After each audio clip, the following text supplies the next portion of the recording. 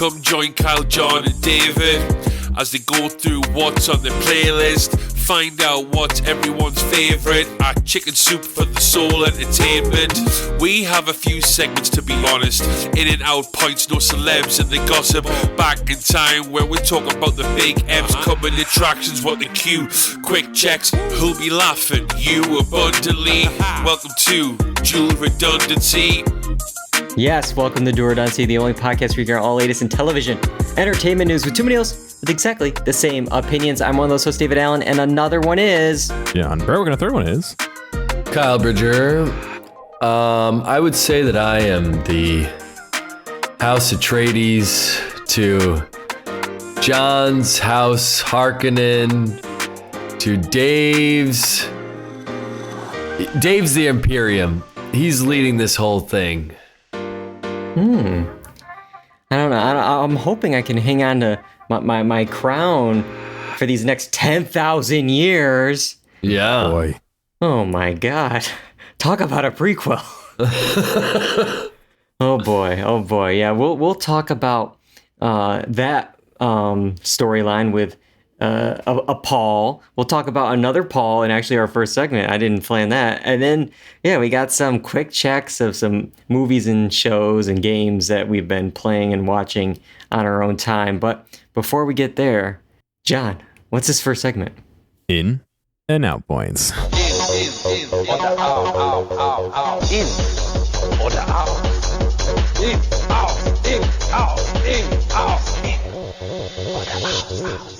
Yes, it is in and out points. The Paul I was referring to was Jake Paul. And we're going to talk about Jake Paul and Mike Tyson. I was hoping it was Paul Blart. Paul Cop. It could have been.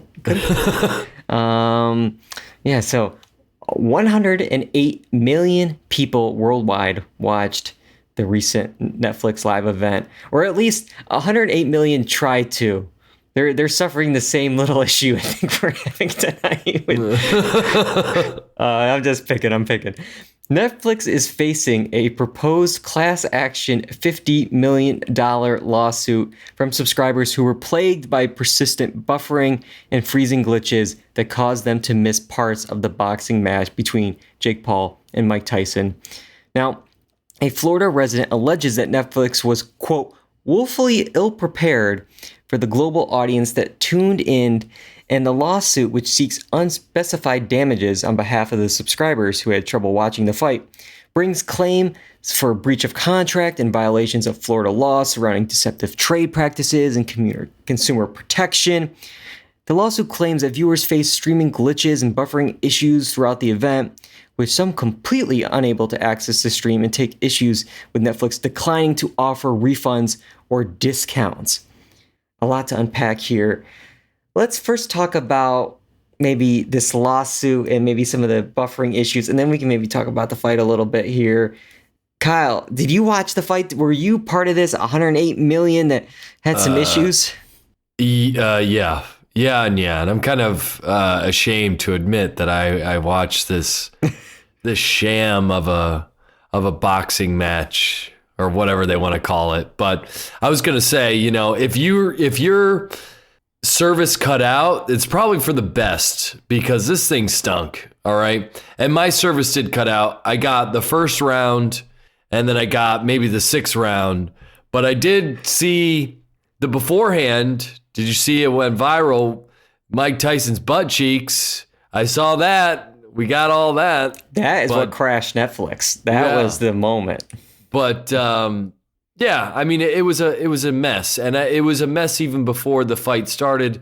I was watching the undercard fights, and it was in and out, and I wasn't the only one. I talked to some few people that had similar stuff, but it seemed like weirdly not like consistent. There wasn't like, some people just didn't have any problems at all, and then some people had like, I had several issues throughout the night, but honestly, I don't think this guy, I don't know how this class action lawsuit's going to work. Like, it seems like they have no standing whatsoever, but I don't know.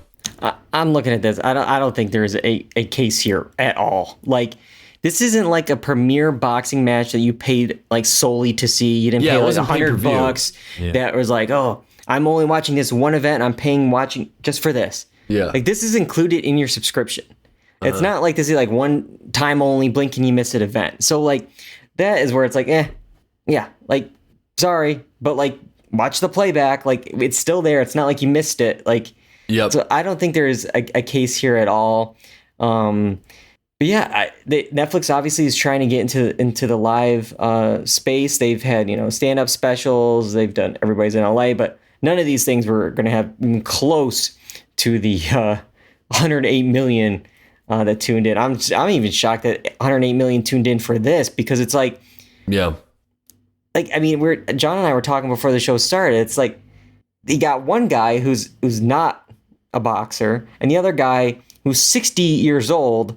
Did you really like what did you expect to like happen here? Like I don't know. It's just like, but John, what are your thoughts about like just like the this whole fight and everything going on with this? I was gonna say, I mean, the only thing worse than having it buffering is having to sit and watch the fight. I mean, it was like they were just dancing around each other the whole time. They didn't fight. What did they connect like 4 punches total or something? Like, I'm not a boxing fan. I don't watch boxing, but I can tell when like it's not a good fight. You know what I mean? So, but whatever. But yeah, I mean, yeah. Go ahead, Kyle.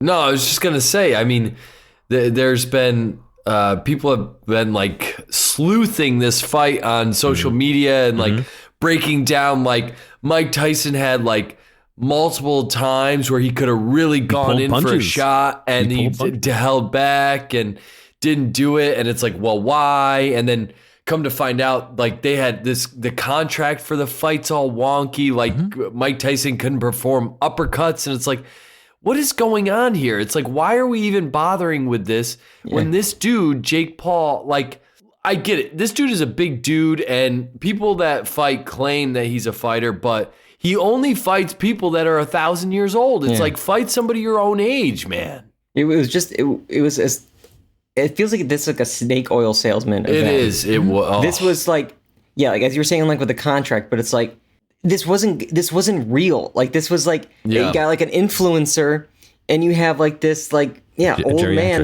Like you can't actually do anything. I think somebody might have said, maybe it was you, Kyle, who was like, it was a lose-lose for even for Jake Paul. Cause it's like, great, Yeah, you'll either A, lost against Mike Tyson. I mean, of course, anyone's going to lose to him. Or 2, you actually win. But it's like, you beat a 60-year-old man. You didn't. Like, what's the thing here? Seneca _TTV in the chat. The emotional damage of not seeing Jake Paul beat up an old retired man. It's devastating. Wasn't there footage beforehand where Mike Tyson was practicing fighting fast and all of a sudden he was slow? Yeah. I don't know. Yeah, they had all this footage of them training and doing all this stuff. And then they get in the ring and they're dancing around each other, not even trying to land punches. And there's like 3 or 4 times, like I said, where Mike like seemed like he was starting a punch and then like stopped. Yep. He just was like, it's like, why? Do something. Like, I don't know. I have a feeling their contract said, something wacky, like no uppercuts, no knockouts, no hard punches. I don't know. Like, there's got to be something more to it. Yeah, but I will not. I mean, you lose all good faith in your audience if you're Jake Paul. Jake Paul wants to do this again in the future, I'm sure, with some other fighter. But it's like, I'm a casual fan, and you probably got a lot of casual fans with the Mike Tyson thing, and he probably made a buttload of money. He probably doesn't need to work again in his life, but like I will not watch another Jake Paul event. Like it is snake oil salesman. It's fake. I'm not tuning into this nonsense that he puts forth. Well, I don't know. I don't know what their next live event will be on Netflix. I guess we do know it's going to be the football games. We'll see how that goes. I am not holding my breath. I think it's probably not going to go well again, unless this is all, a training ground for those type of events. But when you start getting into NFL and stuff like that, I mean, even Amazon Prime had some hiccups with the the initial NFL situation. So yeah, I don't know. It's one thing to screw up this, like a dumb little fight with Jake Paul and Mike Tyson, but people will not be happy about missing an NFL game. It's Christmas Day, and they're not able to watch their game. Yeah. You better be ready, Netflix. Like, bringing it back around to the tech stuff, Amazon has been doing live streaming forever. Why is Twitch? Oh, sorry, Netflix. Sorry, I don't know why I was thinking it was on Twitch. Never mind. But the tech's been out there forever. They can't hire the correct people to do this. It's not like we're live on Twitch right now. Yeah. I mean, come on. I don't know why I thought Twitch for a second. 8 million watching this, maybe? I don't know. But yeah, I mean, between all the big tech companies, the tech's out there.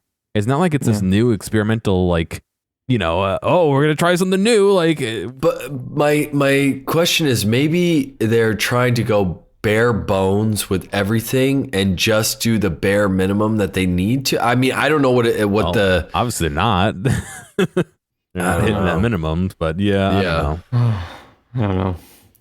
I don't know, guys, but if you can't watch, something at home on Netflix, maybe you go to the theater, watch a movie. All right, Wicked premiered this past weekend, made over $110 million domestically, and hopefully, if you guys were one of those people that were in the theaters, you only hopefully heard Ariana Grande and Cynthia Erivo singing. That's hopefully all you were hearing, because AMC Theaters posted signs and played a 30-second advisory before the film reminding moviegoers, quote, "Silence is golden. No talking, no texting, no singing, no wailing, no flirting, and absolutely no name calling for any of these screenings of this musical film." So, all right. Can I ask a question before you go through? Of course. Was that their standard no talking, no texting, no singing, or a specific one for Wicked? I don't know if it's one of those ones, like, if you go to maybe like Alamo, or sometimes like even at AMC, like they'll have like the director talking, "Hey, thanks so much for coming in," like this. I don't know if it was specific to that, but at the very least, from what I saw online, there was at least signs posted. Wicked. If you're going to see Wicked, pretty much shut up. Don't sing. But I don't know if it was a specific advisory for gotcha. tailored to. I mean, I'm guessing, because I don't understand like this, this quote where it's like no talking, no texting, no singing. Okay, that makes sense. No flirting. Is that a Wicked reference, or like why is that one of like the top maybe 5 things? No text, no talking, texting, singing, wailing, flirting. Those are the top 5 things not to do in a Wicked screening. But this tore social media in half. There's people on both sides of this. So I got to ask you guys, where do you land on this sing or not to sing in this movie theater event experience? Kyle, start us. I think we discussed this. This would be my absolute nightmare. I mean, I'm not a huge fan of musicals anyways. I can appreciate going to the theater and watching professionals do their thing. But if I'm going to see the movie, I want to hear the singing from the professionals. I don't want to hear, some rando who doesn't know how to singing, a Wicked song. I don't want to deal with that. If you want to create a screening that invites that, by all means, go ahead and do it. But I want to sit there and enjoy the experience. I don't want to have to listen, or even like a whisper singing, like you got somebody next to you, like mouthing the word. It's sometimes when you go to the movies, like I went to like a Back to the Future fan screening, in the last year, and I got people like whispering the lines before they say it. It's like, yeah, we all know the lines here. Let the actors who said these lines and popularize these lines say the lines. I don't need you to say it. And yeah, you bring up like the idea of like a special screening, and AMC did say that they have these sing-along screenings of the film that are going to be offered, in thousands of theaters starting on Christmas Day. I'm sure other theaters will probably have one maybe even earlier where it's like, oh, you can sing in this one, but or like I can't understand how there is two sides to this argument online. 100%. Like it's mind, because I saw people like, well, if I'm spending my hard-earned money to do this, I should be able to do whatever I want. No, this isn't a concert. You are watching professionals sing. I'm watching Ariana Grande, who is a singer, sing, who also had her voice mixed correctly into professional equipment, playing in speakers at the right volume and tone, versus you munching on popcorn out of key, like... You're not going to a restaurant to eat the house salad the person next to you made. Like, you want the chef salad. You know what I mean? Like, it's not the way this works. Don't try and put your experience into mine. Like, yeah, because then it's like, oh, you're spending your hard-earned money. So am I. I didn't come to hear your concert. I came to hear this concert. It's just wild to me. And yeah, like, there's not only was it like the idea of, for me, like a 3-hour part 1 of a musical. It's like, that sounds tough. But now you're telling me I would have to be in a theater surrounded by people singing along and dancing in like the aisles. No, I want it. Yeah. If I'm going to watch it, I'm watching it at home. That's it. Complete silence. Yeah. Yeah. But there's been a weird shift. And maybe it's just because it's getting more attention, or maybe the media highlights it more, or social media, something. But there has been a shift when it comes to the theater. I think people are just too used to... I think it was post-COVID. I think people got so accustomed to watching stuff at home that it's just like, oh yeah, like I'll take my shoes off and I'll have my phone on full brightness and it's just like, yeah, you're spending your money, but like I am also spending my money, and like, can there be a little bit of a decorum here? Yeah. Don't ruin it for everyone. Like, just be a civilized person. Like, yeah, but it's weird. Yeah. It is very weird. It's a weird. Yeah, it's like becoming like airplanes. Yeah. Even at a concert, it's more forgiving. Yeah. But even at a concert, when you're standing next to somebody, you're like, dude, I want to hear them sing. I don't want you right in my ear, it's like, oh, good. Oh, you know the words. Cool. It's like, unless they're asking you to sing along, like the actual performer, like. But not everything in life is interactive. Yeah.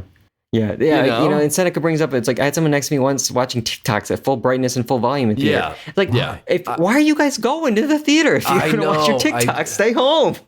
Save $20. I think all of our brains are fried and our attention spans are so bad that because I had somebody on Instagram Reels watching Wolverine, but then you Deadpool Wolverine or whatever was on Instagram Reels, and then you see these storylines where they will give plot points 3 or 4 times, and you're like, who is this for? Yeah. And then it's like, oh, it's for that person because they have it's the Big Brother effect. Every time I watch Big Brother, it's always like they explain the rules to a competition, and then the first confessional after, it's like, so the object of this game is to. It's like, we just heard it. Like, yeah, but yeah. All right. Well, this Wicked movie, this promotional tour has been everywhere.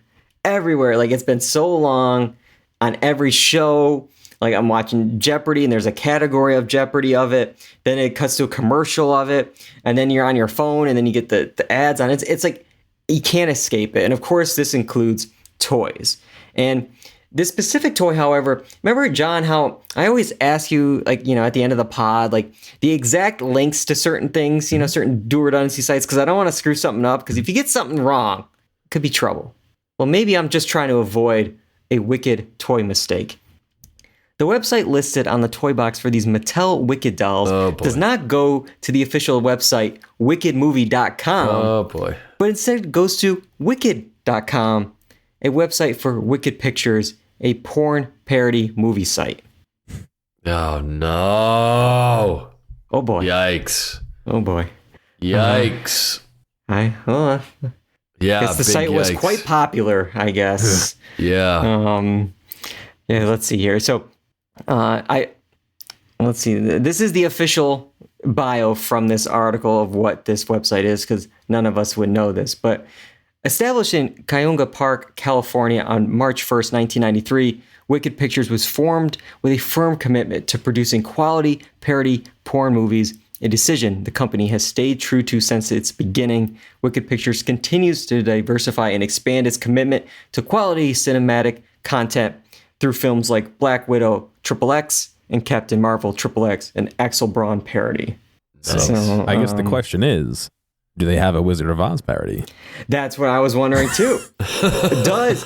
If they don't, they should be Opportunity capitalizing knocking. this right now. The Wicked.com should immediately go to their Wicked movie parody. Like, that is some synergy right there. That's the, I don't know. I'm a little disappointed though with these, like, normally I thought these titles are supposed to have like some puns in here, but like Black Widow XXX, Captain Marvel like, that's not, you gotta twist it a little bit here to make it something else. Yeah. Like It just reminded me of something. It has to be like like something. I don't know. Yeah, it's just reminded me of my own mistake when this was maybe 2012, 2011. So I was trying to buy some sporting goods, and I went to Dick's.com, and they did not. That's, I think since then, Dick's Sporting Goods has, I would hope so, purchased that URL, but not, it was not Sporting Goods that came up. That's for sure. It's crazy that like something like this gets by. Yeah.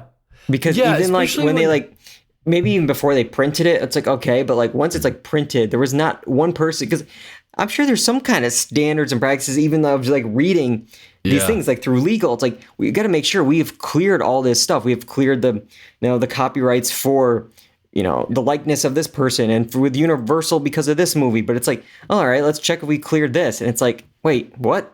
Isn't this somebody's job to be like the actual copywriter who like verbally or visually checks everything? Like, I don't know. That's it. But oh boy, well, that's How one, could it I get guess, worse? marketing site that they didn't buy and take control over. But I don't know. But one more in and out point tonight. We're going to talk about a movie, not a movie from Wicked Pictures, a movie that aired on Qantas Airways, an Australian airline. They had to issue an apology after playing one specific movie on all of its personal screens amid technical difficulties on a flight from Sydney to Tokyo. This film was an R-rated film starring Dakota Johnson and Sean Penn called Daddy-O. Now, I'll give a little plot synopsis of Daddy-O. Daddy-O is a wicked porn parody. No, Daddy-O is an intimate drama that plays out almost exclusively during one long cab ride, wherein the driver, Penn, offers sage advice to a young woman, Johnson, who comes to a crossroads in her personal life. Now, while this movie is not particularly graphic or disturbing, its plot does hinge on sex, exchange between Johnson and her lover, an older, unseen married man who she unfortunately refers to as Daddy. These sex include flashes of full frontal male nudity and a woman's bare chest. So every screen on this flight was watching Daddy-O. Wow, man. Yeah. I don't know. I don't even know what to say about that. That's unfortunate. Yeah. Doesn't this happen every now and again? I feel like we've had this before. Well, I feel like there's always something where it's like a movie theater where it's like, I want to see Winnie the Pooh, and then it's like, here's Winnie the Pooh, Blood and Honey or whatever, like that Wasn't slasher movie was. One of the Minions movies they played like some rated R movie or something like years ago or something like that. Yeah, but I what boggles my mind with this one is we got some more details from this Entertainment Weekly article, and they learned that the incident occurred on after the flight experienced a technical glitch that made individual entertainment selections impossible. So the flight crew took several requests for a movie to play for the entire passenger section, and ultimately made its selection for this movie after several passengers asked for it. After the movie's graphic content became apparent, the flight crew first attempted to fix individual screens for passengers who did not wish to view the movie, but once that effort failed, the movie was switched to a children's movie for everyone on the plane. Yeah, I was just thinking that.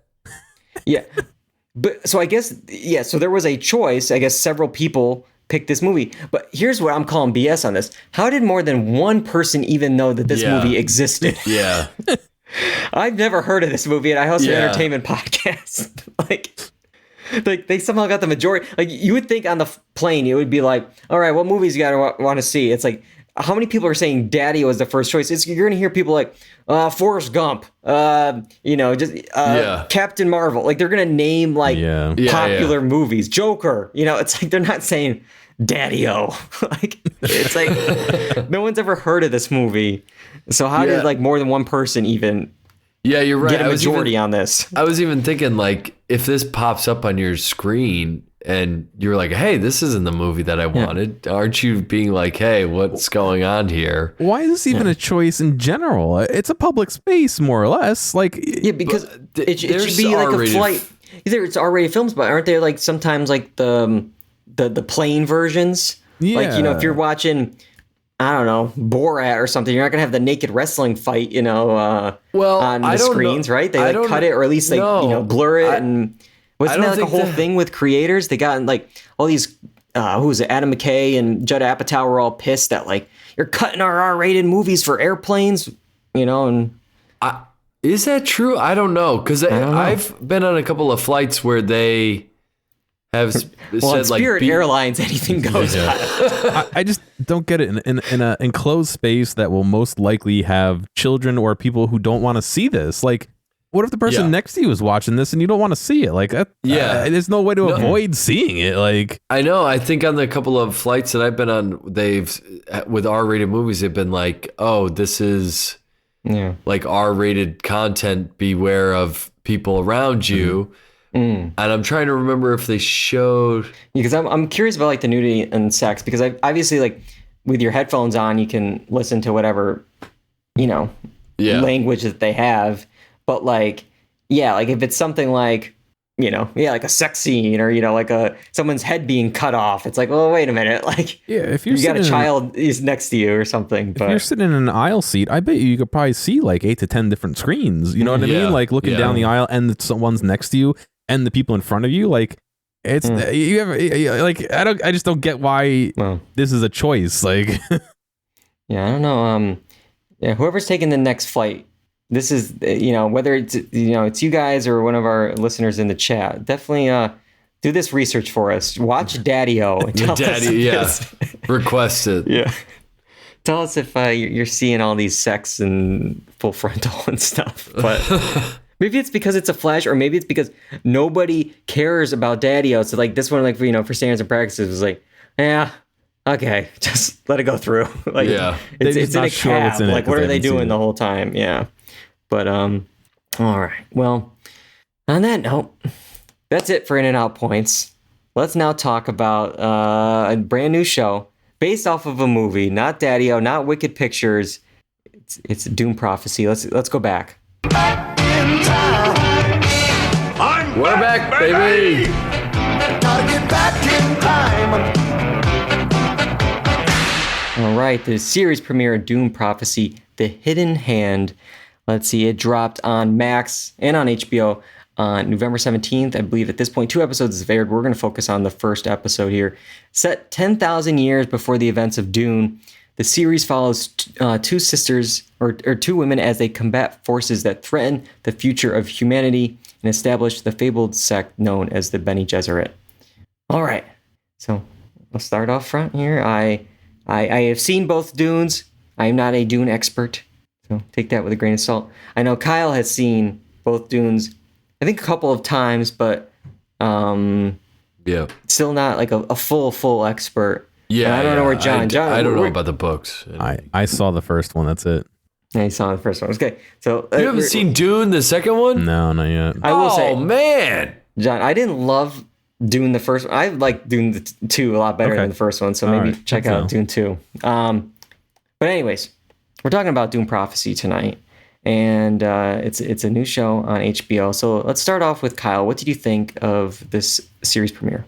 Oh boy, I'm stuck between 2 minds. This feels like it wants to go in the right direction and is trying to stay, I guess, somewhat true to the whatever story is behind, maybe in the books. I don't really know the full scope of it, but it feels like there's a CW show lurking underneath. That's what it really does feel like. It just feels like with Timothée Chalamet and Zendaya, you have like they're models, you know, but their acting comes through. And here it just feels like we've got like these models, beautiful people, but their acting is horrible. Yeah. So I did not love the acting. It was, to me, not good. We get a whole bunch of exposition in the beginning. Oh my God. It felt like, it almost was like a joke with the subtitles of like, and then before, and then it's 50 years later, but that's 30 years before this, and it's 90 years later after that. And I'm like, what is happening here? It was just all, felt a little disjointed to me. I know it's trying to catch you up on a bunch of, you know, probably storylines that are in the book. Toward the end of the show, toward the end of the episode, I was getting more involved in it, but to me, it was like they took a very cool thing from the movie, and now we've just analyzed it and made it bad. Yeah, I agree a lot of what you're saying. Yeah, that opening felt like a homework assignment to me. Like it was just like there was so much telling and not showing. And instead, we skip past what we don't see in the Dune movies, like the War of the Machines and all this like exciting stuff. Instead, we get like this material that is like so close to the movies, but as you're saying, it's almost like a knockoff version. Like I felt like it felt like to me a lot of this was like we're going through the beats, we're painting the numbers. It's just like these actors are just going through the motions of what a Game of Thrones meets Dune show would be, and like. It's like a lot of these beats I feel like we've seen before. It's like, oh, like a young boy marrying an older princess for the purity of the bloodline. And like all this stuff was just like, you know, like as you mentioned, like the cast didn't really excite me. It's like they were very bland. It's like, at least like with House of Dragon, it's like Patty Constantine, Matt Smith, Milia Alcock. You have these like really like performances that like shine through with these characters. But like, to me, it's like outside of this like looking pretty good, you know, like, he spent some money on this pilot, at least. I don't know how long they're going to keep that going. But, like, I don't know. I mean, like, the music, you could tell me it's from House of the Dragon, and I would believe you. It just felt very like, oh, like, we're making this show. What do we have in the closet? Here's some old costumes and some music from, you know, season 2 of this show. Like, all right, let's put that in here. Because, like, what doesn't make sense to me is, like, so the beginning of the episode, we jump 30 years after that first quarter of the episode, and we're still 10,000 plus years from the birth of Paul Atreides. Like, that is way, way too far for us to care and see, like, what happens here will influence something later. Like, civilizations start and multiple times in 10,000 years. Yeah. Like, and these people have the same exact like tech, clothes, lingo. Like in 10,000 years, nothing changed. It's like it's very, I don't know. So I have a lot of nitpicks and just things that it just felt like fine. Like it just felt like maybe if you're really into this world, you'll like it. But it just felt like I just wish I wish I was watching the movies. Yeah, I agree. I feel the same way. I was like, I wish I was watching the movies. Yeah.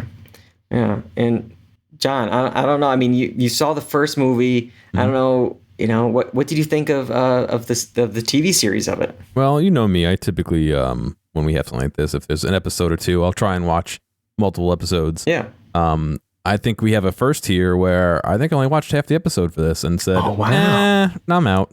It didn't capture me. It felt, as much as I had confusion about Game of Thrones, not being able to follow people, I was completely lost with this. There was obviously that like one or two characters that went through the whole thing, but there were just so many new people, so much. And I'm already, sorry, Dune people, I'm already so removed from Dune that I don't know what's going on, that like, I never read the books or anything, so I don't know what this backstory and how it relates to the movie, which I already don't know very well. So it was just, it was worse than homework for me. So I was like, you know what? I'm out. If we find out that this turns around and, you know, one of the things I liked about that Obi-Wan thing they had was how it dovetailed into what I knew of Star Wars so well. if this can turn around and dovetail into the rest of Dune in a way that makes sense to me, not knowing a ton of Dune. They got 10,000 years to get through. Yeah. Maybe I would consider revisiting it, but for me, I think it's a little too much homework and extrapolation to figure out where this fits in the Dune world for me to enjoy it. So, not for me. Yeah. I mean, I think they took like the cool part, because like the Bene Gesserit, I think what was like interesting about them in the movie was they were like this secret society. They were mysterious in a way. You kind of knew a little bit about them, but not the whole thing. And now that we can see the sausage being made, it's like, oh, they're going to class and they're trying to, it's like, this isn't cool anymore. This is a little bit silly. Yeah, the peek behind the curtain didn't make sense. Can I ask you about that class real quick? So they had like this test. Maybe I missed some dialogue, like zoning out, but like, so it was like pretty much like, see if you can tell if these con artists and convicts are truth tellers. Mm-hmm. And all the students pretty much found them as, like they're lying. Mm-hmm. And it's like, brilliant. You guys nailed it. Yeah. Like, did I miss something? Like, did they at least say like, hey, like we put one good person in the mix of these 10 bad people, try to find them or whatever. And it's like, no, it was just like, yeah, these people you told us are liars, lied. I think the only thing that they were trying to get from that is that the one character that's like the empathetic one could tell later on. You see her talk with the other truth knower or whatever, truth say, and remember how she told her story, and it was like, oh, it's all like fake or a lie. Yeah. But then there was like the empathetic one was like, oh, there was some truth to that, and I do know that, and I think that's what they were trying to get across. Oh, okay. But yeah, it just the acting and some of the choices for that. And Dave, I mean, you mentioned that you like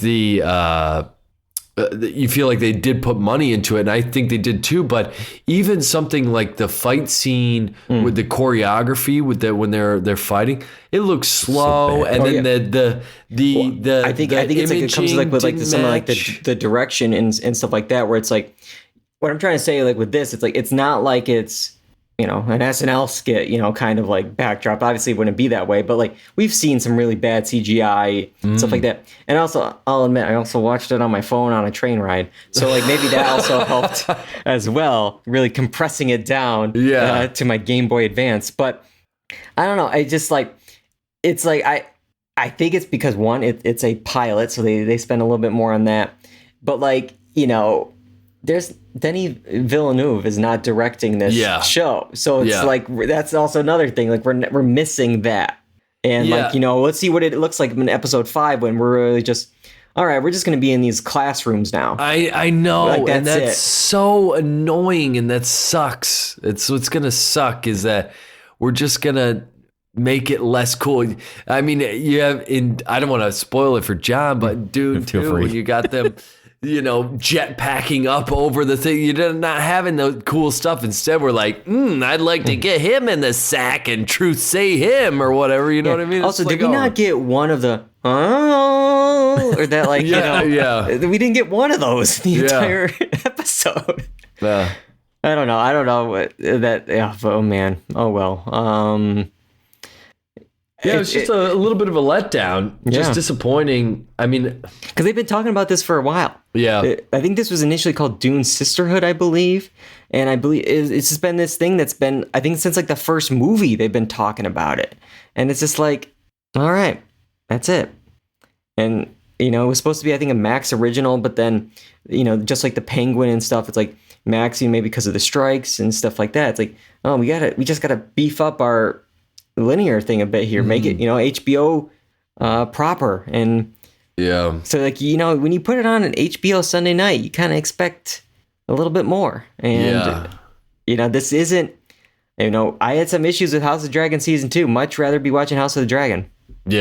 So I think if you are a Dune diehard, this might be for you, but if you're a casual viewer, I think you can just forget it. I just don't think it's, I mean, I hate to break it after one episode, but. And again, Dune super fans, we're just, three folks here who are tangentially Yeah. into the world of Dune here and there. We're not diehard, so yeah, if you like it, that's great. But just as like outsiders who are trying to get into the world, it didn't click for us. But I'll say what David is trying to dance around. That Dune sucks, and you can at Dave on that one. No, I'm joking.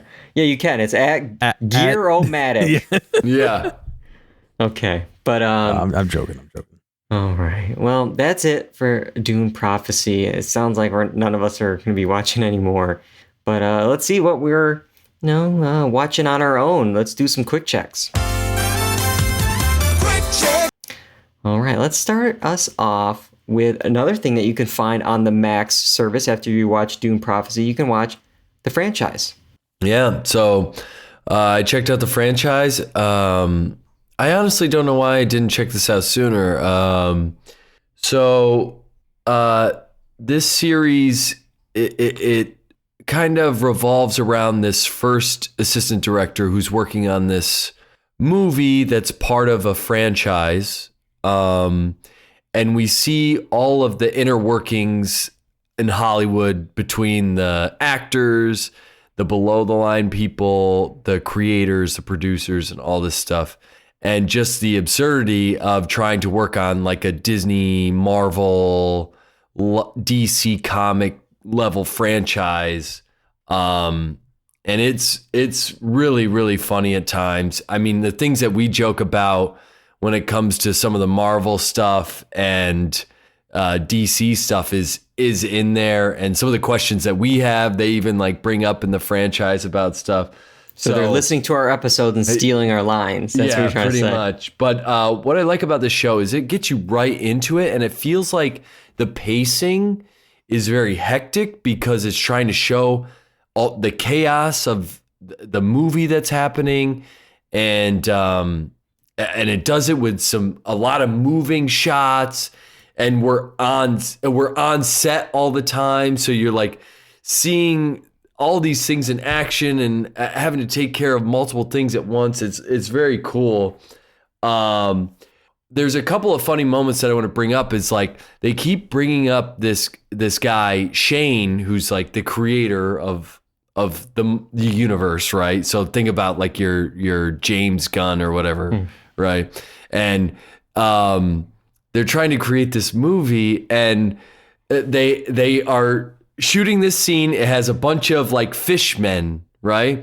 And then they get the producer comes in, or the studio head comes in and goes, Shane just killed off the fishmen in the previous franchise just yesterday. So the fishmen have to go. And it's like, what? We just paid them a bunch of money. He's like, they gotta go. And he's like, all right, fishmen, you're gone. Just because they did like a rewrite in another series, so it doesn't like link up. It's very, very funny.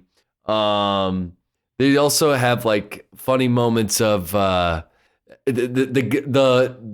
movie's about Tecto, and the guy who plays Tecto is all hopped up on roids, and he's like, it's just a mess. But anyways, he has a jackhammer is like his special thing. So they're like, bring in the invisible jackhammer. And so they have a green screen thing. And he's like, like pretending. And he's supposed to like fly off into space with his like invisible jackhammer. And he's like, it's cool, right? Like, it's totally cool. And they're like, yeah, it's very cool. It's very, very funny. And then there's the fights between actors and being like 1 and 2 on the call sheet. Yeah. And like you just see what the first AD has to go through to wrangle all these different elements. And if you're into like behind the scenes in Hollywood and are interested in like the behind the scenes of stuff, it's very funny and interesting what they do with it. Yeah, I gotta check it out. I'm always into like behind the scenes type stuff. I don't know. I just haven't checked it out yet. Reminded me, I think, a little bit too much of the movie I saw, at least the trailer of, called like The Bubble. I think it was like a Judd Apatow movie. It was like making like a superhero movie during COVID, and it just seemed like I don't know, like, will the jokes be like too basic? And I was like, I think worried for that. But then I should remember, like, this is Armando Iannucci who did Veep. So it's like, okay, like I liked that. Sure, Avenue 5 wasn't my cup of tea, but like Veep is so good. And you look at the cast. I mean, Himesh Patel, Aya Cash, was it Billy Magnuson, like he's always funny and stuff. So it's like you got a great cast here. So I'll have to check it out. But yeah, I do think it's worth checking out. There's a lot of like funny moments, and it does get you right into the show. I think it's worth checking out. Cool. All right, so that's the franchise on HBO. I'm going to talk about a movie, and this movie is called Anora. It started showing in theaters last month, and it's from writer-director Sean Baker, who recently did The Florida Project. This film follows the relationship between a Brooklyn exotic dancer, played by Mikey Madison, and the son of a Russian oligarch. Now, the best way to describe this is a line I've been seeing floating around online, and it's Pretty Woman meets Uncut Gems. And watching it, I was like, oh, this reminds me a lot of Uncut Gems, just like how I think Real the People Talk, the yelling. It thankfully wasn't as like scary, tense as, like that like stomach feeling, when you're watching Uncut Gems. But it was just as frantic. It was just as wild. There was like one moment that was a bit uncomfortable at first until you realize it's not going to be as violent as something you would probably see or definitely saw in Uncut Gems. But like it became this long comedic set piece. And it it became one of those like escalating, like what could go wrong in the scene up here? Yep, it's going wrong. It's going wrong. It's just like, of course, dumb decision. And there's a lot of characters specifically that you see that it's like, there's like the son. It's like, you're constantly saying, oh my, this guy, oh my God, it's like that kind of thing. But, I'm trying to keep as vague as I can here. Cause it's like, I'm really curious to like what you guys, if you end up seeing, especially also like check it out. With like the ending, because I feel like tonally what we see for about like 3/4 of the movie changes, I think, kind of completely towards the end, specifically the last scene. It's like something that was maybe more fun, upbeat, kind of wackiness in the beginning changes a bit at the end. And I'm curious, what the actual thesis that, Sean Baker was trying to say with the film. But I think it's going to be one we're going to be talking about for a bit. If we look at award chances here, it won the Palme d'Or at Cannes, which is kind of like their version of Best Picture. And it's not a 1-to-1 with the Oscar, but it's been helping with nominations these last few years. Last few years you had the past Palme d'Or winners, Anatomy of a Fall and Triangle of Sadness, get nominated for Best Picture, but Parasite won both. So, and right now Gold Derby has it ranked as number 1 for Best Picture, for the win. But to me, it feels a bit premature. I think it's such an audacious, raunchy film that like I'm not sure if the older Academy is going to go in on it. Plus, is it peaking too soon? Because it's like we still got months to go. Like, yeah, it's November, and this thing's been like the favorite to win since September, and it's like, so we'll see. I could definitely see a nomination for Best Picture for the film. The star Mikey Madison. I think this is like a star-making movie for her. Of course, she's been in other things, Once Upon a Time in Hollywood and stuff like that. But this is the one that's really going to make a name for her. And I think the ensemble I really like. I'm really hopeful that the ensemble of these just when you see them, you'll just like the whole group look. Apart. I'm trying to keep it as vague as I can. But the whole ensemble, I'm hoping they get a SAG nomination. But yeah, so that's Anora. It's out in theaters, and yeah, I would recommend it. It was a fun, right? I believe so. It's probably one of those ones that was like came out in October to like 2 theaters, and then it's like 10. And all right, cool. But yeah, all right. John, finish up the night here. What do we got? We did a TV show. We did a movie. You got a game? I've got a game. It's Factorio Space Age. And so Space Age is actually the DLC, downloadable content and expansion for Factorio. So I'm going to kind of talk about both, but specifically this Space Age expansion came out in October. The devs gave me early access to it and a copy of it for free, which is very nice of them. But Factorio is one of my bigger Vice games. I absolutely get sucked into this game, and there have been times in the past where I've streamed this for 12, 14 hours straight and just played it and been like wanting to do more but having to stop because I need to be an adult. The premise is basically, and I'm going to play a little bit of video in the background while we talk just to set it up.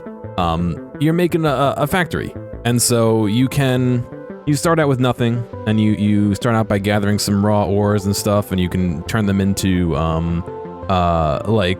machines that will mine for you, and then turn those into through furnaces into plates, and you can combine them into all sorts of different things.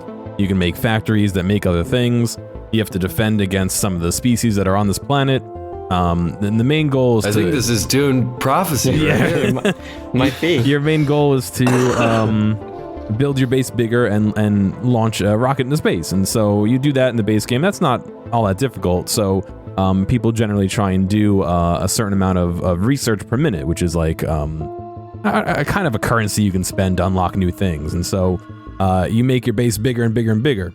And so up until a couple months ago, we had the base game, and then this expansion came out, and so I've been playing the expansion now after not playing for 3 years because it was taking up too much of my life. I'm back into it, and what happens with this expansion is they added a bunch of other planets. So now instead of being locked on this one planet, you can go to a different planet, and it almost resets back to, I don't want to say ground like zero, but you land on this planet and you don't really have anything.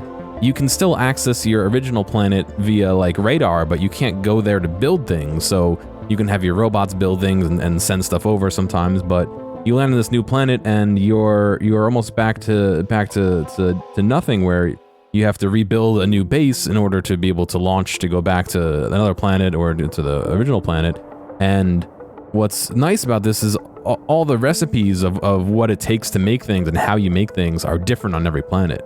So on the home planet, you might mine some material and put it in a furnace, but on like the volcano planet, you have to use some of the lava in combination with other things in order to make some of these base materials. So it kind of takes your knowledge of the game and it wipes some of the details and changes them, but that core gameplay loop is still there, and it's been so like encapsulating in my mind. If you're a fan of anything like Dwarf Fortress or RimWorld or there's one more I'm thinking of, any of those kind of like simulation-y kind of base building games, you would absolutely love this. Oh, Satisfactory is another big one. I would definitely recommend it. There is a demo. The demo's a little outdated, but it still gets the core principles across. I think I'm like 60 or 80 hours into the base I'm working on. I've been to 2 planets, and there's another 4 or 5 to go to. So there's a lot to do, and I feel like I'm not explaining it well, but it's just like, I could see how it can get addicting. It's like Sim City, but it's like Sim City, yeah. Sim universe. Yeah, Like, and so you're building everything. So you can see like in the video I'm showing, there's trains going by, and you build all the tracks, and you build all the junctions, and you tell the trains where to go to pick stuff up and bring it back. Or you can use there's a whole logic system, so you can make it so that the trains only go when it needs more of a certain item, and that way they're not just constantly running. They can kind of be a little autonomous and do what they want. There's space platforms that you can build to be able to go from one planet to another, and you know, while they're going, you have to collect asteroids and make a little mini factory on the space platform in order to make fuel and to defend yourself. And it's just, I don't know, it itches something in my brain that is so like basic that it keeps me so enraptured. I mean, isn't that like the whole thing with like, back in the day, the older generation, like with their train sets, and just like making all like their model, like this is a 21st century version of that. It's building these little like worlds and railways and everything. Yeah, it all links together, and so like there's a whole fluid system where you can mine crude oil, and you can turn that into light, heavy, and petroleum oil, and then you do that and you make all 3 at once, and then you have to figure out what to do with each one, because if you don't use one of them, it backs up and it'll stop the plant from making anything. And so you kind of have to figure out how to balance the 3 different types of oil, and you know, maybe you can make solid fuel for your trains out of any of them, but it's more efficient to make it out of this one than that one. So like, do you make your heavy oil into light oil because it's more efficient? Like, there's a lot of stuff, and again, there's that whole logic system. So you can say, if I have a tank that's full of this one, turn on a pump that will turn this into a, you know, like there's just so much you can do. And it, as you go, you upgrade your base. You have all these different belts that you can put items on, and they have different speeds, and you have different speed of like assemblers and all this stuff. And it's just I don't know. I can't explain how much it grabs my attention. I mean, this weekend I streamed it for 12 hours. I played, and it was just like my life didn't exist for a day because I was playing this, and I had a great time. But yeah, it's just it just sucks me in. Crazy. And we'll share some of the links to those streams in the show notes as usual. Like so definitely check that out if you want to watch. You have the full 12 hours to watch? Yeah, if you want. All right, I mean, there you go. That could be your Saturday project, you know, folks. You can watch what John did for a full Saturday. But, all right. Well, oh, man. Well, that is it for tonight's episode. That's it for Quick Checks. That's it for everything we got. We have 2 shows left for 2024. We're going to talk, we're going to try to see Gladiator 2. Now, we talked about Wicked a little bit tonight. We'll talk about the other part of Glicked. I hate how they're doing that with the Barbenheimer. Glicked.